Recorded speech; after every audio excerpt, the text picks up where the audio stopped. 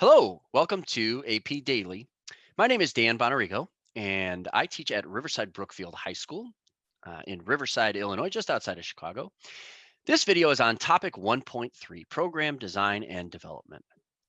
In this video, we'll learn that programs are developed by groups of people, and oftentimes new programs are written by expanding on the programs written by others. So specifically, what will we learn? Well, there's one learning objective to acknowledge code segments used from other sources. And then the essential knowledge that we hope you to gain is it is important to acknowledge any code segments that were developed collaboratively or by another source. And to acknowledgement of code segments written by someone else and used in a program can be written in the program documentation. The acknowledgement should include the origin or the or original author's name. All right, so let's look at some examples of this. So how is a program developed? Well, program development is rarely a solo endeavor. Now, I understand that, maybe in your class, your teacher says, "Hey, you got to, work on this program." And you sit down and you take a few days and you write a program, right? And then you turn it in, right? Um, that's pretty rare, right? When we're thinking about program development, in terms of actually developing programs, that are going to be part of products that are going to be sold or part of devices, things like that. This is not a solo endeavor, right? Programs are developed by teams of people, right? I mean, you might have 5, 10, 15, you might have 100 people, 1,000 people working on a program or a project, that is going to develop some big software. You think about all these big tech companies, there are, hundreds of people that are working on some of these projects. All right. Individuals or teams work on different functional components, right? So you might have a program that has, I don't know, let's say 10 different components, right? And you might have groups of, 3 people working on each component, right? So your whole team is 30 people, but, each individual component is only being worked on by 2 or 3 people, let's just say, right? Now, in that scenario, right, or really any scenario, each member of the project deserves to receive credit for their work, right? I mean, it's not as though, we have whoever's in charge of the project says, okay, you guys all do this, and then I'm going to take credit for it, right? No, there's a list of people who developed the project. All right. Now, their names must be written in the documentation of the program, indicating their contributions to the project, right? So in the documentation, it might say, hey, these 3 people worked on this part, these 3 people worked on this part, these 3 people worked on this part, and then these 3 people, they worked on putting all the parts together, right?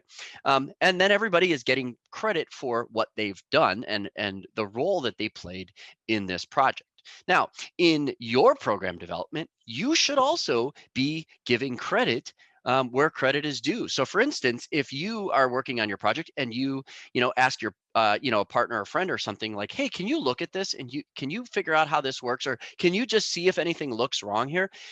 Even in that scenario, those people deserve credit for their part of your process.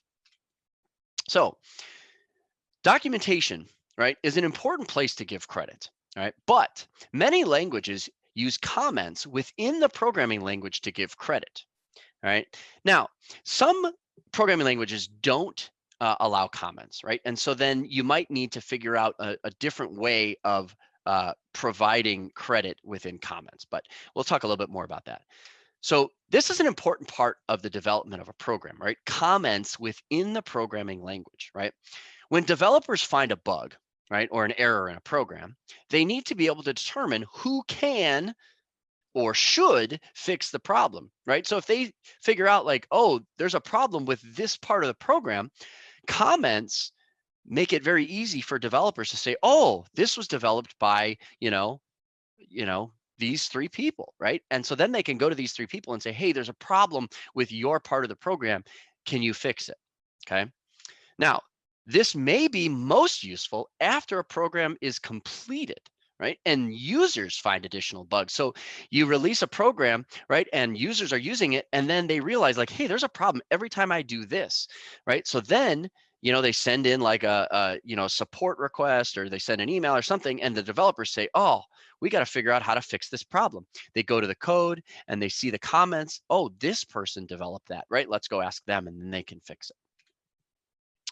So many times developers use code segments, procedures, algorithms, and more that are written by others, right? So if I'm developing a new program, it doesn't necessarily mean that I have to develop all aspects of it. I might use something from a previous program that helps me, gives me kind of a head start because, you've heard the phrase like there's no point in reinventing the wheel. Well, if somebody else has already figured out how to make this thing work, I'm going to go ahead and use that, right? But then I'm going to expand upon it, right?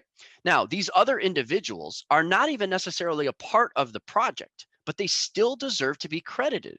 It's very important that you understand. This is similar to quoting somebody in a research paper, right? If somebody said something that was important for you, to quote, or they figured something out, right? Then you want to give them credit, right? Any code segments, procedures, algorithms, they are considered intellectual property of the author. And so you can't just steal their intellectual property and pass it off as your own. You have to give them credit. The program documentation should include the author's name and the source of any code segments being used. So remember, if you said, oh, I use this code segment from this program, then you should document it. It should indicate that. Right.